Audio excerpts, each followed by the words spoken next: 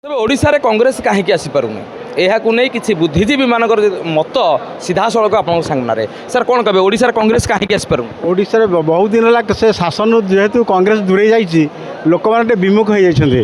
ବର୍ତ୍ତମାନ କଂଗ୍ରେସ ଯାହା ବହୁତ ଦିନ ଶାସନ କରିଛି ଏବଂ ଯାହା ସବୁ ଉନ୍ନତି ଓଡ଼ିଶାରେ ହେଇଛି ଆକ୍ଚୁଆଲି ପ୍ରକୃତରେ କଂଗ୍ରେସ କରିଛି।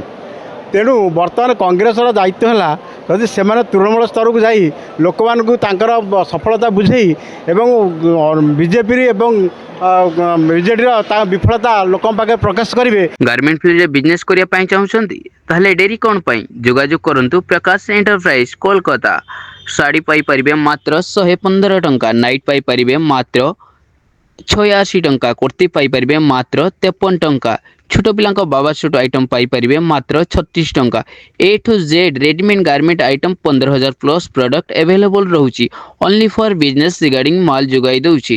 ସ୍କ୍ରିନ୍ରେ ନମ୍ବର ଦିଆଯାଇଛି, ଯୋଗାଯୋଗ କରନ୍ତୁ ପ୍ରକାଶ ଏଣ୍ଟରପ୍ରାଇଜ୍ କୋଲକାତା ବଡ଼ ବଜାର। ତାହେଲେ କଂଗ୍ରେସ ପୁଣି ଫେରିବ।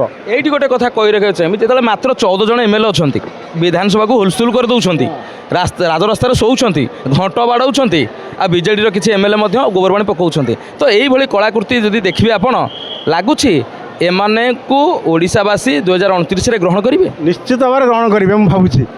କାହିଁକି ନା କିନ୍ତୁ ଆଙ୍କର ଗୋଟେ ବର୍ତ୍ତମାନ ତୃଣମୂଳ ସ୍ତରକୁ ଯାଇକି ସବୁ ଲୋକଙ୍କୁ ବୁଝିବା ଦରକାର ଯେଉଁ ଏକ୍ଜିଷ୍ଟିଂ ଗଭର୍ଣ୍ଣମେଣ୍ଟ ଯେଉଁ ଅଛି ତାଙ୍କର ବିଫଳତା ଏବଂ ଆଙ୍କର ଇଏ ଭବିଷ୍ୟତରେ କ'ଣ କରିବେ ଏବଂ ଲୋକମାନଙ୍କୁ ବୁଝେଇ ଯଦି ଲୋକଙ୍କୁ କନଭିନ୍ସ କରିପାରିବେ ତାହେଲେ କଂଗ୍ରେସ ପୁଣି ଆସିବ। ଏବେ କଂଗ୍ରେସ ଏମିତି କ'ଣ ସବୁ ଭଲ କାମ କରିଛି ଯାହା ଆପଣଙ୍କର ଏଇ ହୃଦୟରେ ବାଜିଛି?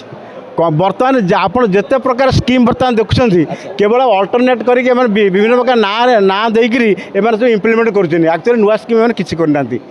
ତେଣୁକରି ଆପଣ ଯାହା ରୋଡ଼ ଘାଟ ଦେଖନ୍ତୁ ବା ଲୋକଙ୍କର ଡେଭଲପମେଣ୍ଟ ଦେଖନ୍ତୁ, ଏଗ୍ରିକଲଚର ଦେଖନ୍ତୁ, ଆପଣଙ୍କର ଯେକୌଣସି ସ୍କିମ୍ ସବୁ କଂଗ୍ରେସ ହିଁ କରିଛି। ଆମେ ଶୁଣିବାକୁ ମିଳୁଛି ଯେ ବିରୋଧୀ ଦଳ ଯେତେବେଳେ ଲଗାଉଛନ୍ତି ଆରୋପ ଯେ କେବଳ ଘୋଟାଲା ହିଁ ହେଇଛି, ଏଥିରେ କୋଟି କୋଟି ଟଙ୍କାର ଘୋଟାଲା। ଶୁଣନ୍ତୁ, ଘୋଟାଲା ସେଇଟା ଗୋଟେ ମାନେ ଜଣେ ପାୱାରରୁ ଗଲା ପରେ ତାର ସବୁ କେଉଁଠି ୱିକନେସ୍ ସବୁ ବାହାର କରିବେ ଏମାନେ ଆଙ୍କର ବିଜେଡ଼ିରେ ବର୍ତ୍ତମାନ ଘୋଟାଲା ମଧ୍ୟ ଏମାନେ ବିଜେପି ବାହାର କରୁଛନ୍ତି। ବିଜେପି ଗଲା ପରେ ଯିଏ ପାୱାରକୁ ଆସିବ ସିଏ ମଧ୍ୟ ବାହାର କରିବ। ସମସ୍ତଙ୍କର କିଛି ନା କିଛି ୱିକନେସ୍ ରହିବ, କାରଣ 100% କେହି ମାନେ ଭଲ ଭାବରେ କରିପାରିବେ ନାହିଁ। ତେବେ ଏଇ ଯେଉଁ ଦାଦନ ଖଟିବାକୁ ନେଇ ଯେଉଁ ସମସ୍ୟା ବିଜେପି ମଧ୍ୟ ଉଠାଇଥିଲା, ତେବେ ଓଡ଼ିଶାରେ କାହିଁକି ସେଇଭଳି ଇନଫ୍ରାଷ୍ଟ୍ରକ୍ଚର ହେଉନାହିଁ, ସେଇଭଳି କଳକାରଖାନା ରହୁନାହିଁ କିମ୍ବା ସେଇଭଳି ପାରିଶ୍ରମିକ ମିଳୁନି? ଯେଉଁଥିପାଇଁ ଯଦିଓ କଳକାରଖାନା ଅଛି ମାସକୁ 10,000 8,000, ଏଇଥିରେ କ'ଣ ଗୋଟିଏ ଲୋକ କାମ କରିକି ନିଜ ପରିବାର ପ୍ରତିପୋଷଣ କରିପାରିବ? ନା, ସେଇଟା କିନ୍ତୁ ସେଥିପାଇଁ ଟିକେ ଆହୁରି ଆମର ଆକ୍ଚୁଆଲି ମାନେ ଆମର ଇଣ୍ଡଷ୍ଟ୍ରି ଏବେ ଆମର ଯେତେ ଖଣି ଖାଦାନ ଅଛି ଓଡ଼ିଶାରେ ପ୍ରାୟ କେଉଁଠି ନାହିଁ। ତେଣୁ ତାକୁ ହାଏଷ୍ଟ ଖଣି ମାନେ ହଁ କେନ୍ଦ୍ର ସରକାର ନେଉଛନ୍ତି। ତେଣୁ ଆମେ ସେଗୁଡ଼ା ଭଲ ଭାବରେ ୟୁଟିଲାଇଜେସନ୍ ହୋଇପାରୁନି। ଯଦି ଆମେ ପ୍ରପରଲି ୟୁଟିଲାଇଜେସନ୍ ଆମେ କରିବା, ଖଣି ଖାଦାନକୁ ଆଣିକରି ୟୁଟିଲାଇଜେସନ୍ କରିବା ଏବଂ ଆମର ଏଠିକାର ଲୋକ ଆଉ ଦାଦନ ଖଟିବାକୁ ଯିବେନି। ତେଣୁ ସେଥିପାଇଁ ଲୋକଙ୍କର ଆମର ଯେଉଁ ପଲିଟିକାଲ ପାର୍ଟିର ତାଙ୍କର ଟିକେ ଇଣ୍ଟରେଷ୍ଟ କମ୍ ରହୁଛି। ଏତେ ସୁନ୍ଦର କଥା ସାର୍ କହିଲେ, ଯେତେବେଳେ ଲୋକମାନେ ଯେତେବେଳେ କଂଗ୍ରେସ ତୃଣମୂଳ ସ୍ତରରେ ଯିବ ଲୋକଙ୍କୁ ବୁଝାଇବ, କିନ୍ତୁ ଯେତେବେଳେ କଂଗ୍ରେସ ତୃଣମୂଳ ସ୍ତରକୁ ଯାଉଛି ବୁଝାଇବା ପାଇଁ, ସେହି ସ୍ଥାନରୁ ହିଁ ନେତାମାନଙ୍କ ଭିତରେ ଗୋଡ଼ ଟଣା ଆରମ୍ଭ ହୋଇଯାଉଛି। କାହାର? କଂଗ୍ରେସିଆମାନଙ୍କର। କଂଗ୍ରେସ ନେତାମାନଙ୍କ ଭିତରେ ମତ ସମାନ ରହୁନି। ଆକୁ ନେଇ ଆପଣଙ୍କର ମତ? ତାଙ୍କର ମତ ହେଉଛି ଏମାନେ କେହି ପାୱାରରେ ଏପର୍ଯ୍ୟନ୍ତ ନାହାନ୍ତି। ତେଣୁ ଯେହେତୁ ମାନେ 10-20 ବର୍ଷ ହେଲା ଏମାନେ ପାୱାରରେ ନାହାନ୍ତି, ତେଣୁ ତାଙ୍କ ଭିତରେ ମାନେ ବିଶ୍ୱାସ ଟିକେ କମିଯାଇଛି।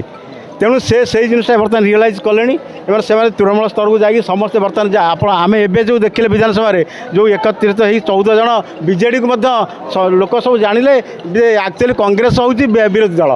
ବର୍ତ୍ତମାନ ଜଣାପଡ଼ିଲା।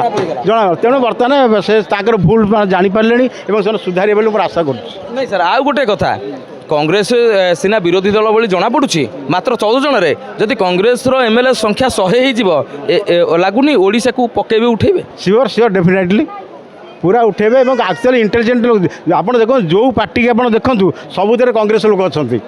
ସେତେବେଳେ ତ ଗୋଟିଏ ପାର୍ଟି ଥିଲା କଂଗ୍ରେସ, ତ ଯିଏ ବି ଆସିବ କଂଗ୍ରେସରୁ ହିଁ ଆସିବ। ବିଜେପିରେ କଂଗ୍ରେସ ଲୋକ ଅଛନ୍ତି, ବିଜେଡ଼ିରେ କଂଗ୍ରେସ ଲୋକ ଅଛନ୍ତି, ଯେକୌଣସି ପାର୍ଟି ଦେଖୁନ କଂଗ୍ରେସ ଲୋକ ଅଛନ୍ତି। ତେବେ ସାର୍ ଏଇଠି ରଖିବାକୁ ଚାହିଁବି ଯେ ଆଇଡ଼ିଓଲୋଜି କେମିତି ଚେଞ୍ଜ ହେଇଗଲା? ଗୋଟିଏ ଲୋକ ଯେତେବେଳେ ନେହେରୁଙ୍କୁ ମାନୁଥିଲା, ସମୟକ୍ରମେ ହଠାତ୍ କେମିତି ତାଙ୍କର ମାଇଣ୍ଡ ଚେଞ୍ଜ ହେଇଗଲା, ସେ ସଂଘୀ ହେଇଗଲେ, ସଂଘୀ ପରିବାରର ସଦସ୍ୟ ହେଇଗଲେ, ଆପଣଙ୍କଠାରୁ ଜାଣିବେ ଯେ ସେଇଟା ତ କହିଲେ ଲୋକଙ୍କର ଟିକେ ଇଣ୍ଟରେଷ୍ଟ ରହୁଛି ପ୍ରକୃତରେ ସ୍ୱାର୍ଥ, ମାନେ ଟିକେ ସ୍ୱାର୍ଥ ଯେଉଁଠି ଏମାନେ ଦେଖିଲେ ଏଠି ସ୍ୱାର୍ଥ ମିଳୁନି, ତେଣୁକରି ସ୍ୱାର୍ଥ ପାଇଁ ସେ ଅନନ୍ତ ବେଳକୁ ଡେଇଁ ନେଲେ ଆଉ।